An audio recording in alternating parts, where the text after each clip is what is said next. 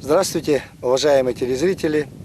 Вот и настала пора весенней охоты на водоплавающую дичь. И вот наша группа приехала в Хангаласский улус. Мы находимся возле этой таежной речки. И эта речка впадает непосредственно в матушку Лену. С завтрашнего дня открывается сезон. И мы сегодня будем готовиться, разбивать лагерь, ставить палатки и произведем сегодня рекогносцировку в этой местности, определимся, где мы будем охотиться, как будем сидеть, распределим места среди членов нашей группы.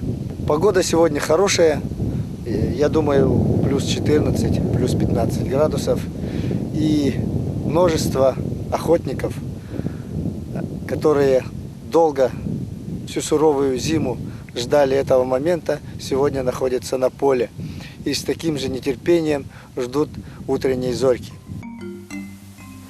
Вот и наступила долгожданная весна. После долгой зимней разлуки родные места манят нас к себе с неудержимой силой.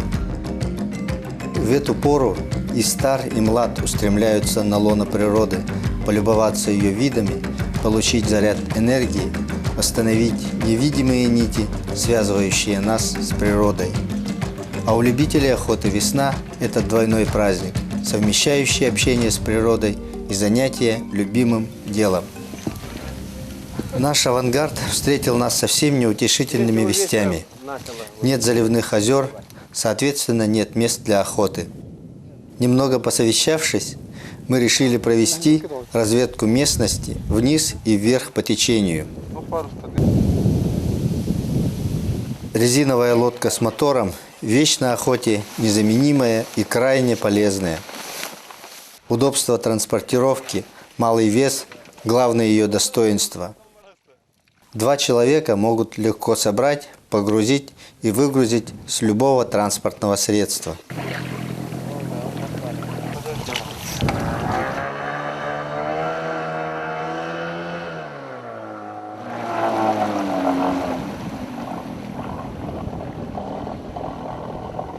В этих местах когда-то был сильный пожар. Валежник вперемешку с молодой порослью деревьев, кустарником, березняк, лиственничный лес с островками сосновых рощ на склонах. Вот характерный ландшафт этих мест. Ради охотничьих удовольствий приходится мириться со многими неудобствами. Капризная весенняя погода – привычное испытание для охотника. Речка наша стала приобретать довольно грозные очертания. Впереди могли быть лесные завалы и пороги с камнями. Я решил дальше разведать пешком.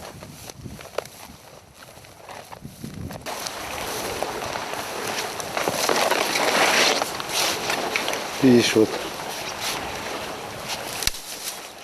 в былые годы вода вот на таком уровне проходила. Это 2,5 метра выше, чем в этом году. Вот такая вода была. Это получается вот тот берег и вот этот берег. От берега до берега. От горы до горы.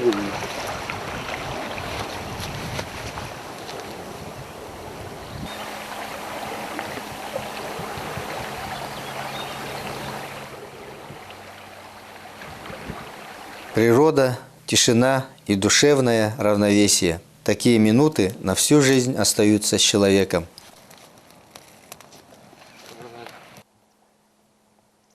Мы выбрали место для охоты. Небольшой рукав речки, где можно было построить парочку скротков и установить профиля гусей.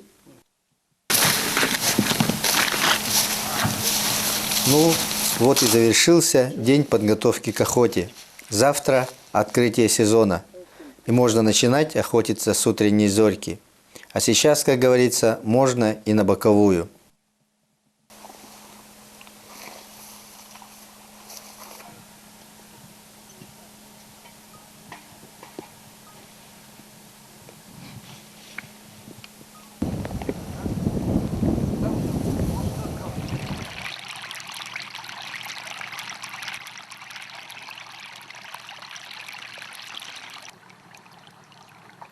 Неожиданно для всех нас утренняя зорька принесла неприятные сюрпризы. Началось буквальное наводнение, и вместо охоты мы занялись перестройкой скротков. На вопрос, откуда столько воды при столь малоснежной зиме, никто из нас так и не ответил. Да и некогда было. Пару раз переставили скротки, а затем на нашем острове не осталось сухого места, и пришлось съезжать.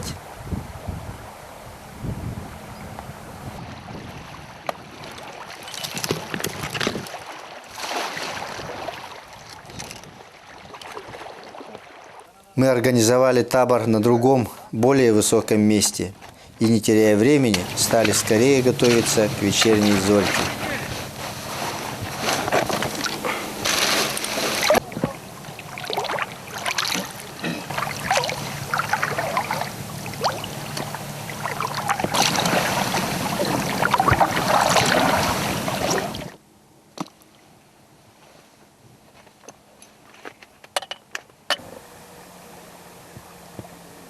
Сегодня мы уже избрали другой способ охоты, раз так много воды, чтобы 10 раз не переезжать с места на место, вот решили вот таким вот образом охотиться. Бросили манки, вот, с этого направления летят утки, по крайней мере должны лететь. И вот мы под вечер еще натянем немножко вот, маскировочную сетку. Вот, и будем ждать здесь уток.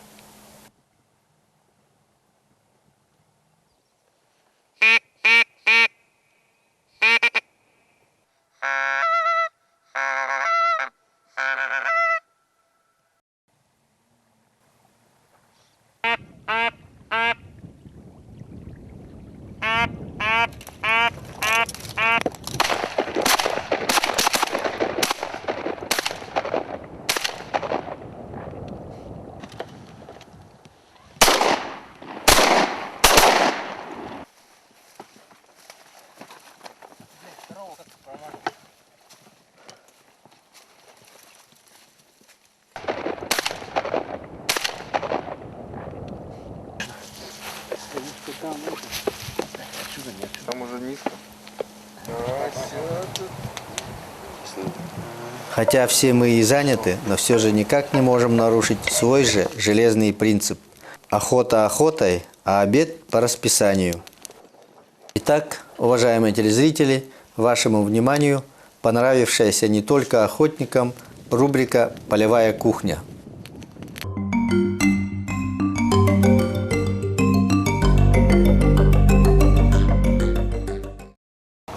Ну, сегодня-то день удачный. Утки. Что будем делать-то сегодня? Ну, так как Что готовим? сегодня прилетели черки уже у нас, О, один черочек, наверное, и одного крикоша мы сегодня Да. готовим. Но будем готовить не так, как обычно, там, бульончик, а сделаем как цыпленок-то пока дома. Давай. Сделаешь? ну, Под прессиком все так. Я думаю, должно получиться. ингредиенты у нас все есть, да? Да. Все с собой. Должно что-то получиться интересное. Попробуем. Давай. Чесночок, да? Да.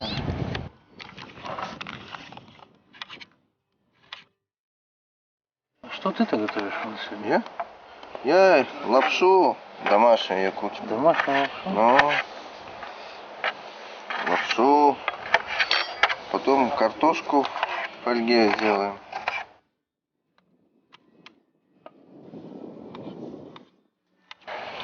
Садок.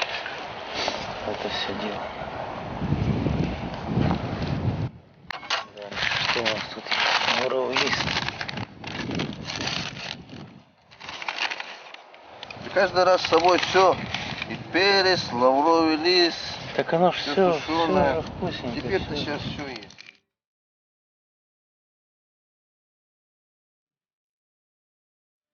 Так, маслица можно вас попросить. Перчик горошками сделаем тоже сюда.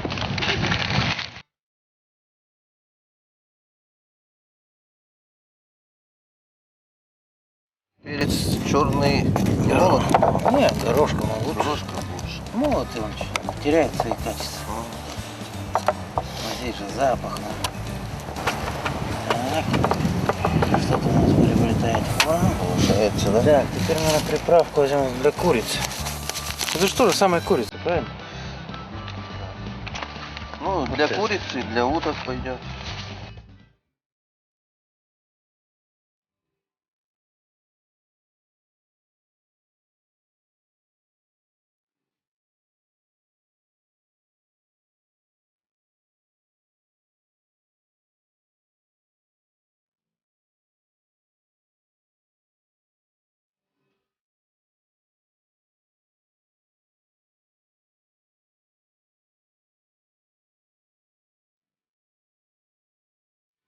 А что там?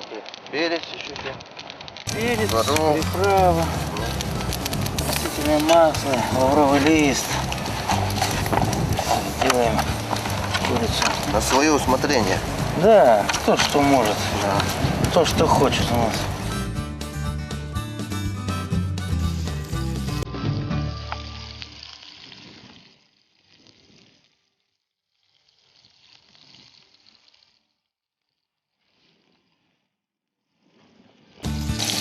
А я начинаю скатывать. Красиво, да? О, получается.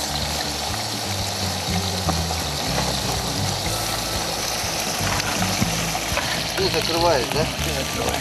И насколько? А там до готовности.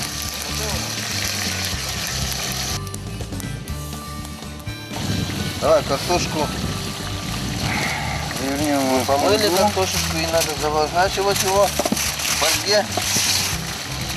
Каждый в отдельности. Да, каждый в отдельности. Ну, для того, чтобы, с одной стороны, конечно, лучше на углях картошки сюда вот обжарим, но это Нет, тоже наша такая тоже будет, я думаю, вкусная. Тоже первый раз делаем. Да.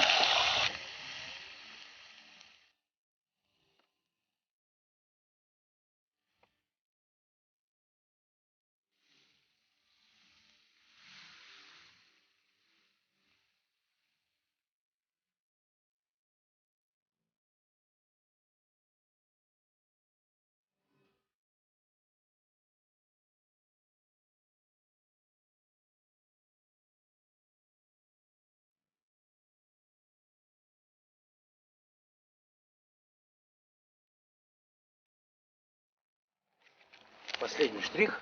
Да. Немножко зелени. О, вообще классно.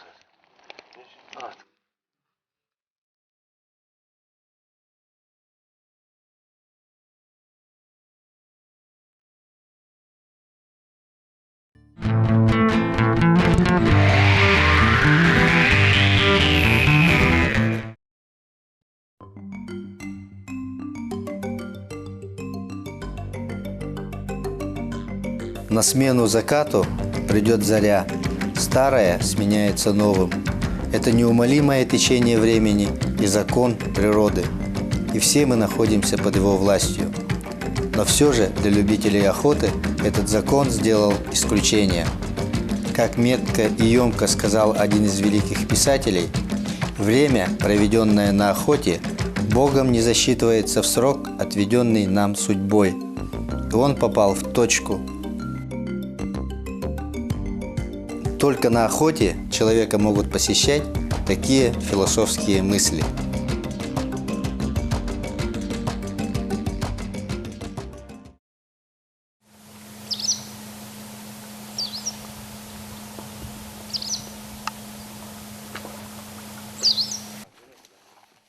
Узнаете? Это Найда, наша прошлогодняя героиня. Тогда она подворовывала наших карасей. Однажды задавила крупную андатру и использовала ее в качестве подушки в течение нескольких дней. И в этом году она не приобрела манер строгой дамы и отчаянно боролась с воронами, кружившими над нашим табором в надежде отхватить кусок бесплатного сыра. Как мы все знаем, собака – друг человека, а для охотника более чем друг. И сегодня мы начинаем новую рубрику «Наши четвероногие друзья».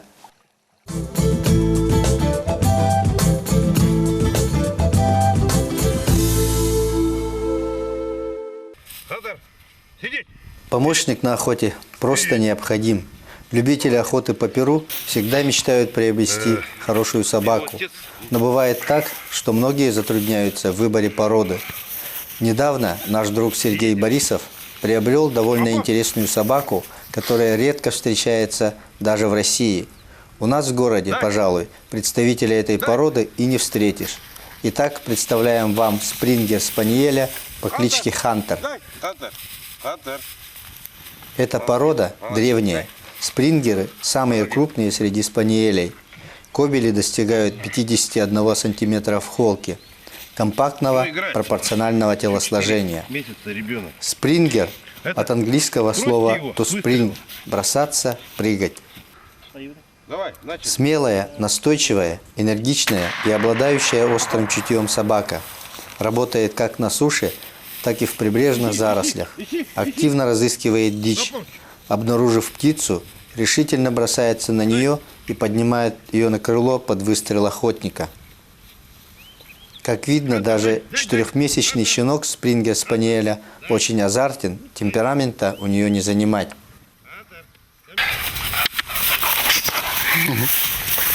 Вон ты, сидеть рядом.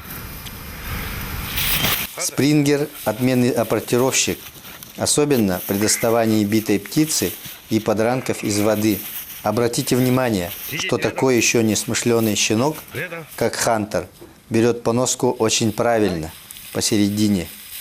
Простим ему еще некоторые огрехи, например, нежелание отдать поноску. Это просто щенячья игривость. Отпусти.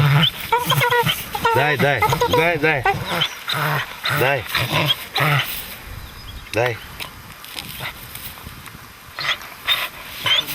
Одной из важных черт породы при подаче является очень мягкая и деликатная хватка дичи. Характер у спрингеров бывает немного вспыльчив и раздражителен. Необходимо очень терпеливо воспитывать и применять гибкую дрессировку. И начинать учить щенка надо с малого возраста, желательно с 6 месяцев, когда психика собаки станет устойчивее. Такая собака вполне может жить в квартире, но все-таки ей требуется простор и активные физические упражнения. Следует 2 раза в неделю расчесывать собаку и регулярно осматривать уши. Пожелаем Сергею вырастить хорошего помощника на охоте и друга-компаньона.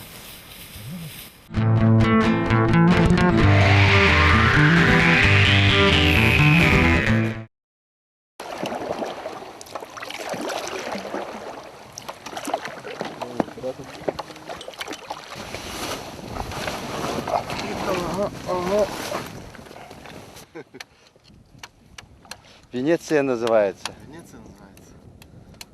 На охоте самая твердая валюта — это спасибо. Ревар.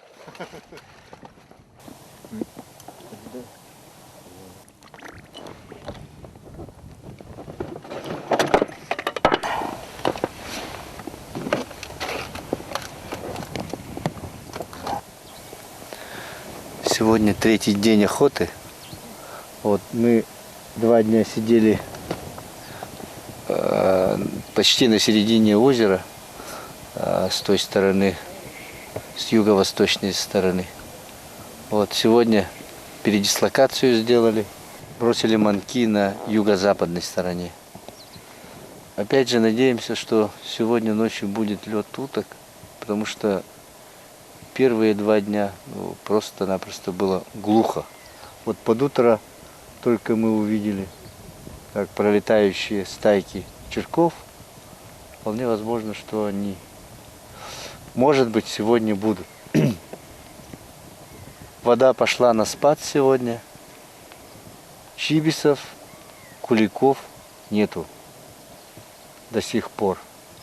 Чайки мы видим, но почему-то они возвращаются обратно, летят на юг.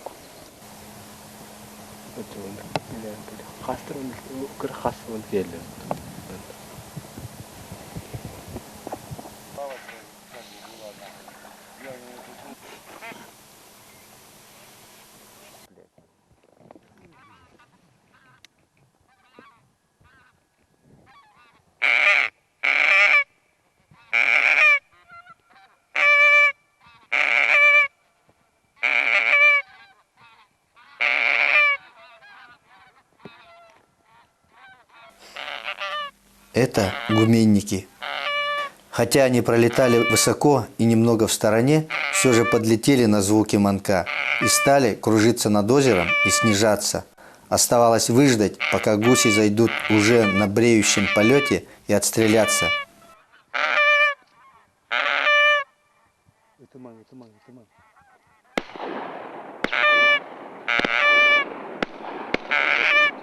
К сожалению, нервы наших молодых охотников не выдержали этого напряжения, и произошла классическая ошибка.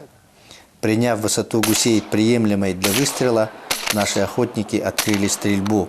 Результат вы видели.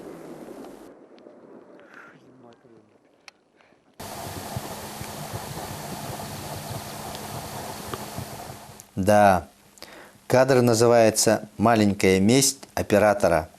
Стрелки спят, и в этот момент возможно только видео и фотоохота. Лицо, конечно, железный аргумент, а вот чьи ноги торчат, даже не знаю.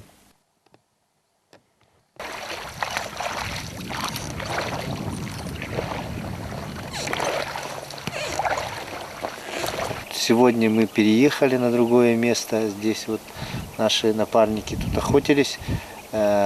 Скрадок вот он построен немного по северному, да, потому что обычно на севере строят такие скрадки, у которых верх полностью открытый.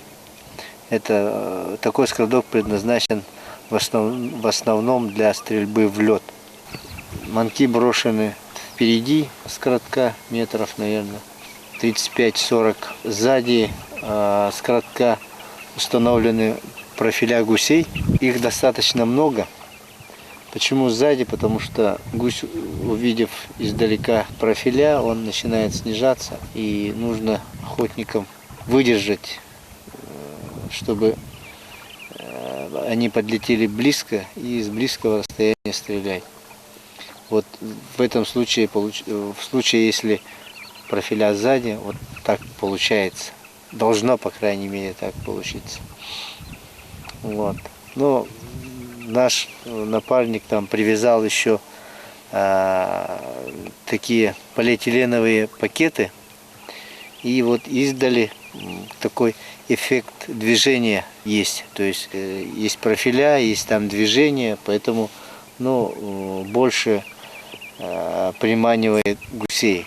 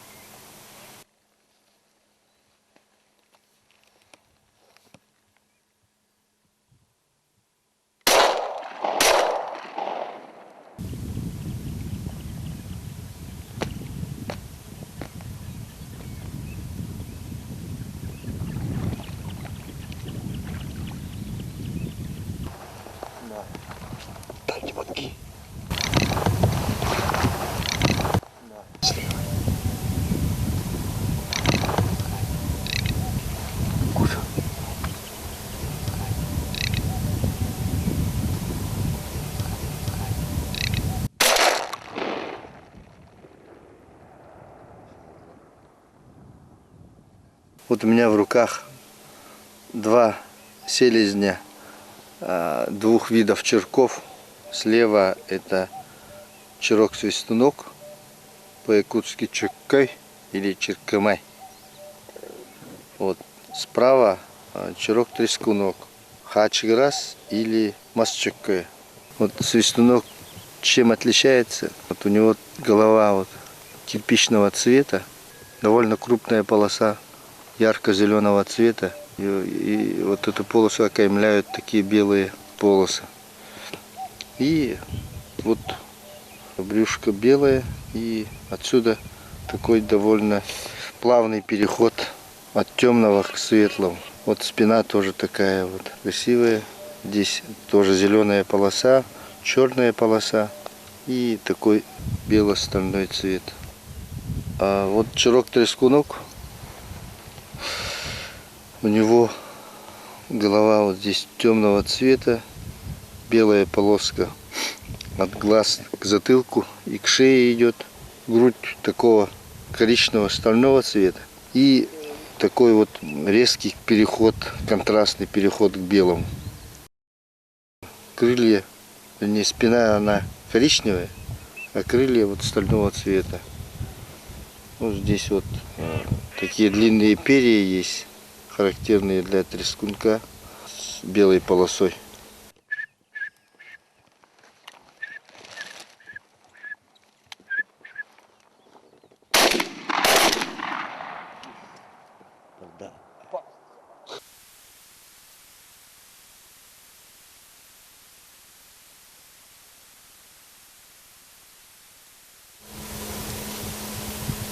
Лапая тернять. Ага. Это уже нырковая утка.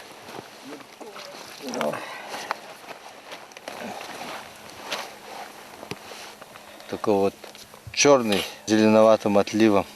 И вот здесь вот хохолок такой. Хохлатая чернять на Колыме называют еще белобокой ее.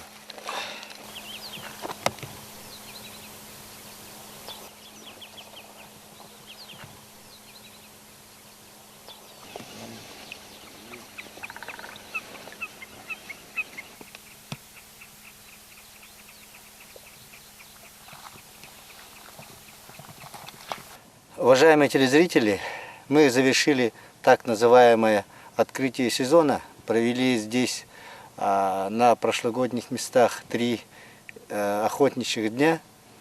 Какие выводы можно сделать? Нынешний год коренным образом отличается от прошлогоднего. Хотя снега было очень мало, даже невозможно было предугадать, что будет столько воды. Вода просто здесь пребывала и пребывала все эти дни. И вот только сегодня пошла на спад. Просто от сопки до сопки примерно там 500 метров, километр. Все было в воде, поэтому как-либо продуктивно охотиться на утку не получилось. На этом мы завершаем тему охоты на весеннюю утку в Хангаласском улусе. До свидания, до новых встреч.